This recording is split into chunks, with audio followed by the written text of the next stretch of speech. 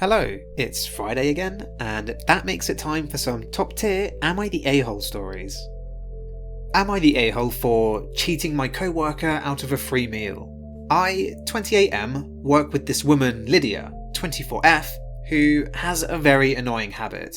She has a dating profile that she uses specifically to lure guys to buy her expensive dinners at restaurants she wants to try and then ghost them. Lydia brags about this all the time and is never interested in actually dating, but she'll act like it to sell it.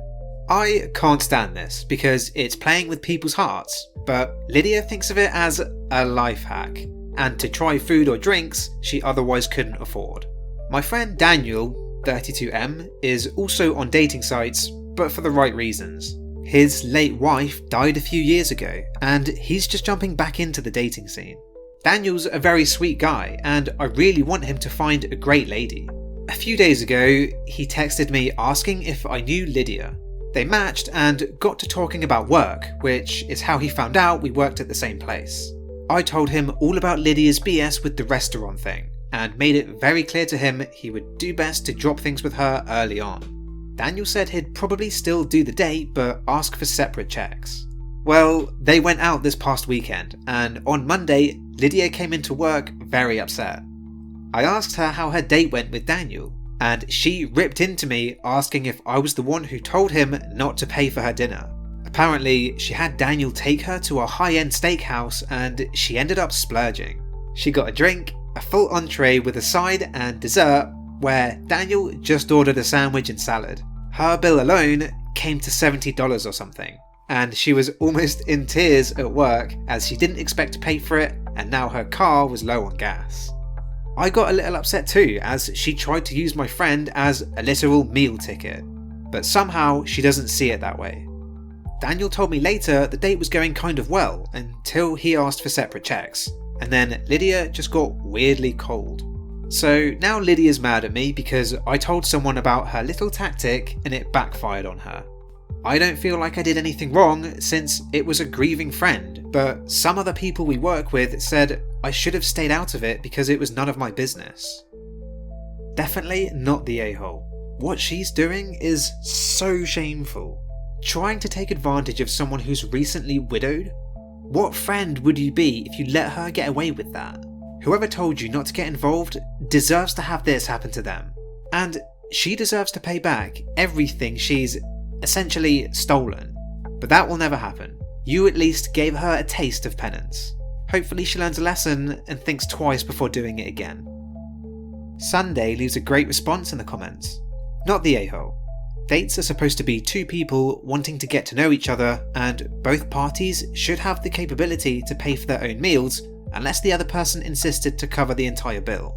The fact that Lydia was mad at you after the date completely validates your decision to warn Daniel about it. Change your perspective and think about this instead. You help Daniel save some money, and you help Lydia realise that this is the consequences of her actions. Girlfriend has $250k in student loans. I, 26M, have been dating my girlfriend for 3 years. I found out she has $250k in student loans. In 6 months, her payments are going to start, and realistically, they are going to be around $2,800 a month. She has a bachelor's degree in education, and ideally wants to become a teacher. Realistically, salary-wise, she would be making around $50k a year. So that's about 3/4 of her monthly earnings gone straight away. And she is in the process of looking for a job. I work in finance and currently make $100k a year. Objectively, she is an extremely attractive woman, but displays no motivation to pay off her loans. I've asked her about it a few times before, but she brushes it off like it's no big deal and displays no motivation to pay it off. She says it's our debt and we'll address it at a later date. So to make a long story short, I dumped her. Fundamentally, I can't deal with that kind of dead weight in a relationship and think that ideally your significant other should be there to build you up, not bring you down. Am I the a-hole? I'm just gobsmacked that someone can owe that much money in student loans. There are some comments which address this directly though, which I'll share with you. 250k in debt for a bachelor's degree is insanity. That's all I have to say about that. Right? It makes no sense. No bachelor's degree costs that much. She went to Drexel. It's like 70 to 80k a year. It's absolutely ridiculous. She went to Drexel to become a teacher to make 50 to 70k a year. Am I the a-hole because I took all the leftovers home after a work party? I've worked at this company for 3 years. My 3-year anniversary landed on the same day of my significant other proposing, and to top it off, I'm also getting promoted. I was expecting at least something from my co-workers, like a small party, a gift, nothing fancy. And I was pretty hurt when I came in that week to find nothing. There were congrats and well dones, but nothing else. I poured my eyes out later to my significant other and expressed how uncared about I felt. He contacted one of my co-workers' soon-to-be employee, and she went to my manager and set something up. They had a little buffet in the break room. Just the common stuff, veggie platter, dips, chips, and sweets like cookies, tarts, and brownies, some banners. At the end of the day, I took the leftovers home with me on the plates and Tupperware they came in on. The co-worker, again my soon-to-be employee, texted me the next day asking if I took the sweets she made along with the plates. I said yeah, and she got super hostile. Apparently, she wanted to keep those in the break room for the people who were unable to attend the party so they could still eat them, and nowhere did she say this was all for me. She also needed the platter plate back because she was making a birthday cake for her niece. Whether it's your party or not, how can you see a bunch of food other people have bought in and prepared and think, I'll just take it all back to mine, plates and everything? It's so entitled. My partner and I both agreed it was wrong for her to text me like that, and seeing as it was my party, if I wanted the leftovers, I deserve them. But he thinks I should apologise just to keep the peace. If I'm not wrong, I don't see the point. There's so much wrong with this, it's actually giving me a stomachache just thinking about it. You sulked after they didn't throw you a party. Then, after you made your partner tell them to, you steal all their stuff and instantly claim everything they've all paid money into as your own, unapologetically. The only thing they should apologise for is deciding to throw you a party in the first place. There is also a later update here from OP. Stop saying I forced my partner to contact my co-workers. That was his own choice, and never once did I imply I approved or wanted him to do that. I only took the Tupperware because I had nothing else to carry the leftovers in. I tried to make all my employees feel special and celebrate their achievements, so I had more expectations out of them than I should have. That was my mistake. There's a comment here by, unfortunately, a deleted user, but they go in very hard on OP and it's very much deserved. You're the a-hole. You don't deserve anything. No wonder no one organised anything for you at first. You sound incredibly entitled. And to add further, you really need to change your attitude if you're going to manage people. I'm glad you created a burner account because you're getting roasted here. I'm going to level with you, I don't believe your update. I don't think you do anything special for your co-workers. I've worked at places where someone who did what you claimed you do got promoted. We threw a small party for them, without needing a prompt from their partner to call in. The fact you felt like it was acceptable to take home all the leftovers, which is massively entitled on its own, and took someone else's property to do it. I cannot stress how wrong you were to do any of this. Would I be the a-hole if I told my suicidal friend to stay away from my boyfriend? I'm 22 and in a nearly 2-year relationship with my boyfriend, 23M. We have a mutual friend from college, Jane, 22F. Jane has struggled mentally since a falling out with her friend group 2 years ago, which she says left her with PTSD. She gets panic attacks at the thought of seeing her former friends on campus, and even skipped 2 semesters last year because of it. I've become her only friend, so I've tried to support her as best I can. With the beginning of the new semester, Jane texted me a couple days ago showing scratches on her wrist from self-harming, saying the semester's start has triggered her. I tried to comfort her, telling her to attend when she was ready and that I'd be there if she needed anything. Today, she showed up for class after her long absence and asked to sit behind my boyfriend and me, which made sense given her lack of other friends. My boyfriend knows about her mental health struggles and is friendly with her but doesn't really like her. she tends to have pick-me energy, and it makes us both uncomfortable. During lunch, my boyfriend and I usually sit next to each other, but she tagged along and walked beside him in the corridor, chatting with him about bikes, which isn't my interest. Feeling a bit out of place, I stayed quiet, which I usually do when I'm not close to people.